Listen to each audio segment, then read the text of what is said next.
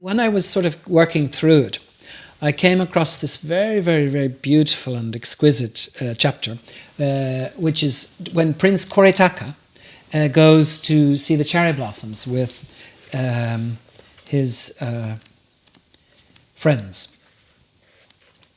And it's called The Heart of Spring. And in this poem, in this chapter, I think they capture what I think is really one of the really, really essential elements of the Japanese aesthetic, which is a celebration of the fragility of life and the impermanence of life, and particularly this is expressed in the beauty of the cherry blossoms.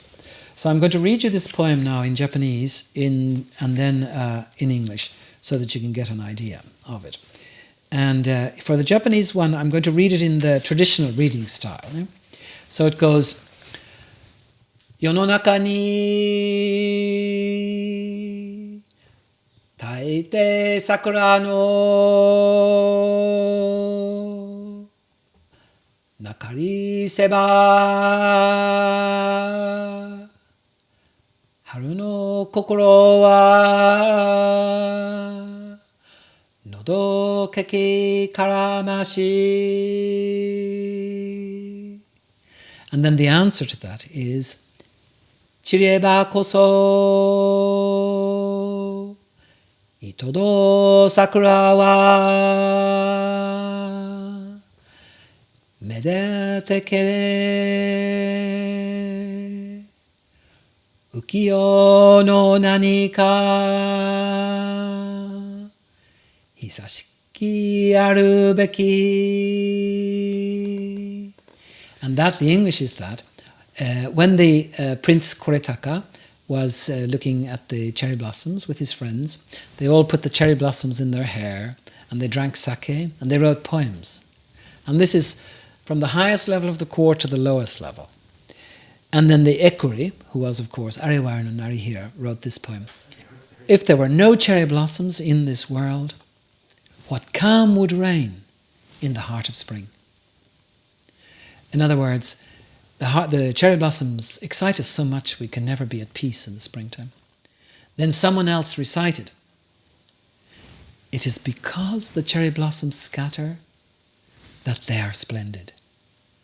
In this world of sorrow, what lasts for long? So the reply says, no, it's because they scatter so quickly that they are splendid. Let's celebrate the beauty of their fragility. And as you know, in the Western sense of aesthetics, we associate beauty with that which lasts forever. We think Michelangelo's David will last forever. We think the Mona Lisa by Da Vinci will last forever.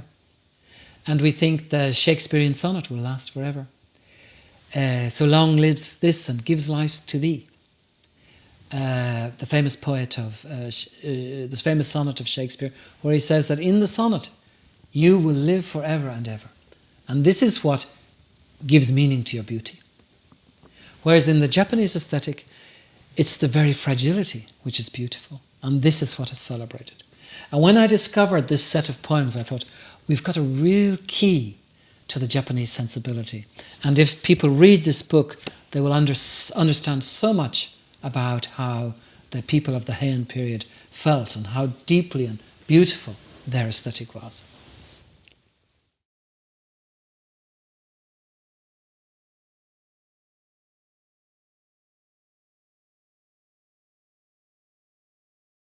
The role of women in the Tales of Ise is very interesting because this is a world of... the Tales is written from the man's point of view. And it's written about the suffering of men in their love of women. So the basis of is the man's point of view and how women falling in love with women makes them suffer so much, but partially also how much they enjoy that too. And we have an expression called otoko naki, which is men crying. And this was quite common in Japanese culture until the end of the Edo period. It was considered quite beautiful and good for men to cry because it showed they have a true emotion. In the world of the Tales of Ise, the men cry all the time. The women never cry. The women make the men cry. So in that sense, they're much stronger than the men. And this is a very, very interesting and unexplored aspect of women in the tales of Ise. At the same time, we can find in the tales that the women have extraordinary strength, and they're fantastic poets, and they're marvelously adept at expressing their own individuality through poetry.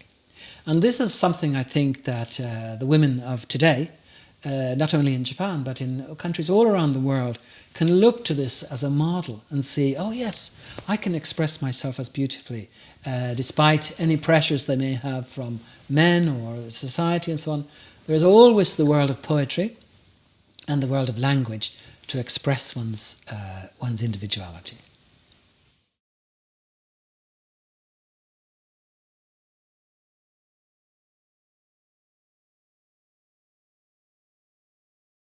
Many people say to me, well, what is the relevance of the tales of Ise today? Or even what is the relevance of poetry? Or what is the relevance of literature in this world that we live in? Because everything these days focuses on economics and making money, and that's the world that's important. And there's no need to teach literature or such kind of works to young people anymore. I completely disagree with that, of course, because it's the very uselessness of literature that makes it so important.